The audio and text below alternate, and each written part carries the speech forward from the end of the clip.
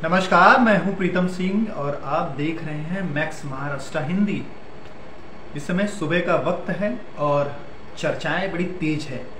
चर्चाएं इसलिए तेज है क्योंकि ममता बनर्जी जो बंगाल की सीएम है वे इन दिनों मुंबई के दौरे पर हैं। आज ममता बनर्जी का जो है तीसरा दिन है मुंबई दौरा। और जब ममता बनर्जी मुंबई में प्रवेश की थी, सबसे पहले जाके मुंबई के प्रसिद्ध मंदिर सिद्धि विनायक मंदिर में जाके उन्होंने दर्शन किया था, यानी गणपति बप्पा का आशीर्वाद लिया था।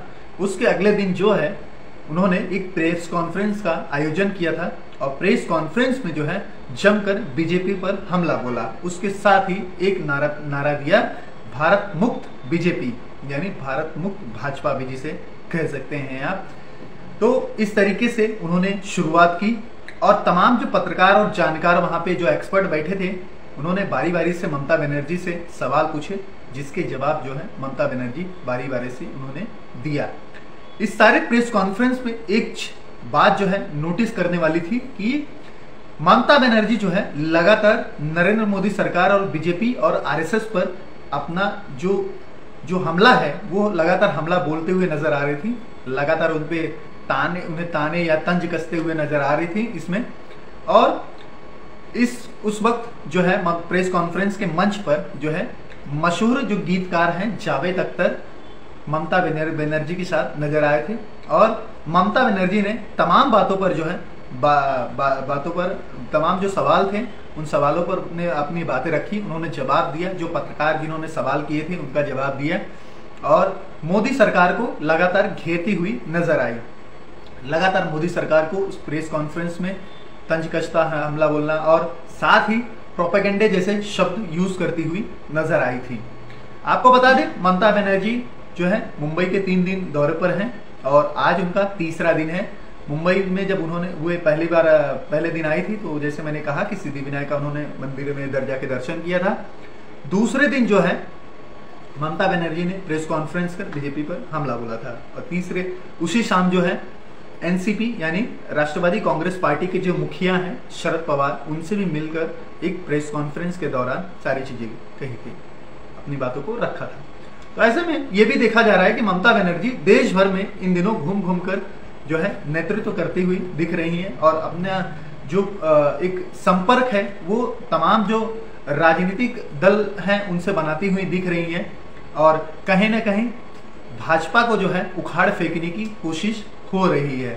ऐसा ममता बनर्जी कई प्रेस कॉन्फ्रेंस में अपने कह चुकी हैं। लेकिन क्या सवाल यही बनता है कि ममता बनर्जी जो है अपने प्रेस कॉन्फ्रेंस में जिस तरीके से भाजपा को घेरती हुई नजर आती हैं, क्या तृणमूल कांग्रेस अकेले भाजपा को जो है भारत से मुक्त कर देगी? क्या भाजपा के मुक्त होने से भारत जो है संवर जाएगा? कि भारत में जो है गरीबी जिस तरीके से चलती आ रही है वे भारत में गरीबी नहीं रहेगी? तमाम जो सवाल हैं ये बनते हैं। जिस तरीके से ये दौरा है ममता बनर्जी का, इसे कई मायनों में देखा भी जा रहा है कि ममता बनर्जी न केवल महाराष्ट्र मुंबई बल्कि देश के अलग अलग राज्यों में जाकर, जैसे उत्तर प्रदेश, गोवा और तमाम जो राज्य हैं वहां पर जाकर जो राज्य सरकार है उनकी पार्टियों, जो राजनीतिक दल पार्टियां हैं, उनसे मुलाकात कर रही हैं। कहीं ना कहीं माना जा रहा है कि ममता बनर्जी जैसे महाराष्ट्र महाविकास अघाड़ी सरकार बनी है तो कहीं ना कहीं ममता बनर्जी जो है महाविकास गठबंधन करते हुए नजर आने वाली हैं। तो ये भी देखा जा रहा है कि ममता बनर्जी किस तरीके से लगातार जो पार्टी के मुखिया हैं उनसे जाके मिलती हुई नजर आ रही हैं और सवाल जो है कई बनते हैं कि इसमें आखिर ममता बनर्जी को इतनी दौरे करने की जरूरत क्यों पड़ रही है। सवाल ये भी बनता है कि ममता बनर्जी जिस तरीके से दौरा कर रही हैं, क्या वह प्रधानमंत्री की लाइन में खड़ी हो रही हैं? क्या अगला चुनाव जो प्रधानमंत्री का होगा उसमें ममता बनर्जी नेतृत्व करते हुए नजर आएंगी? तो सवाल बहुत सारे हैं, लेकिन जवाब जो है ममता बनर्जी का भाजपा मुक्त भारत है।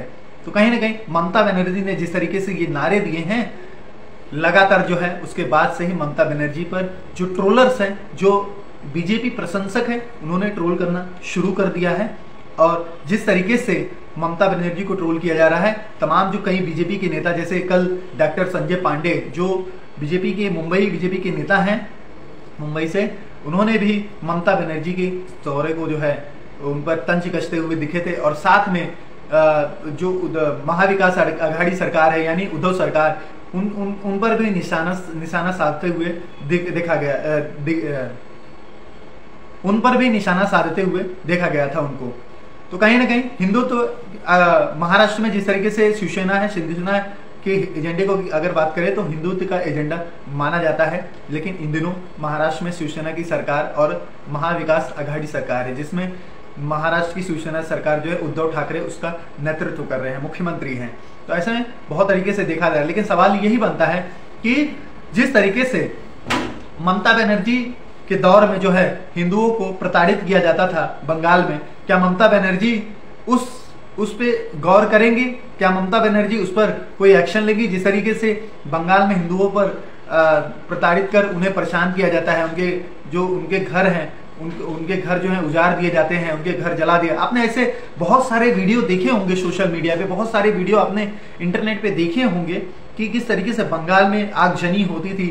चुनाव के दौरान जो है, हाल ही में जो चुनाव जब हुआ था मुख्यमंत्री का बंगाल में, तो किस तरीके से आगजनी हुई थी और कितना तोड़ फोड़ हुआ था, ये बताने की जरूरत नहीं है। लगातार जो है तमाम इसमें नेतृत्व वाली बातें हैं, कौन नेतृत्व किसका कर रहा है, क्योंकि अगर बात करें बीजेपी की, तो बीजेपी जो है भाजपा सरकार के जो मुखिया जिसको सबसे बड़ा लीडर माना जा रहा है इन दिनों, सिर्फ भारत में नहीं पूरे विश्व में, नरेंद्र मोदी, पीएम नरेंद्र मोदी को जो है सबसे ताकतवर जो है लीडर के तौर पे देखा जा रहा है दुनिया भर में। तो क्या ममता बनर्जी जो है, जो नारा उन्होंने दिया है भारत मुक्त भाजपा, क्या इसमें सफल हो पाएंगी? क्या ममता बनर्जी अकेले भारत मुक्त भाजपा कर सकती हैं? क्या उन्हें महागठबंधन बनाने की जरूरत पड़ेगी? फिलहाल सवाल बहुत से हैं, लेकिन ममता बनर्जी कहीं ना कहीं जिस तरीके से दौरा कर रही हैं, ये देखा जा रहा है कि ममता बनर्जी जो है कहीं ना कहीं सारे जो राजनीतिक दल पार्टियां हैं उनको जोड़कर महागठबंधन बनाने की तैयारी कर रही हैं। ऐसे कुछ जानकार और एक्सपर्ट का मानना है कि ममता बनर्जी आने वाले दिनों में प्रधानमंत्री का चुनाव लड़ सकती हैं।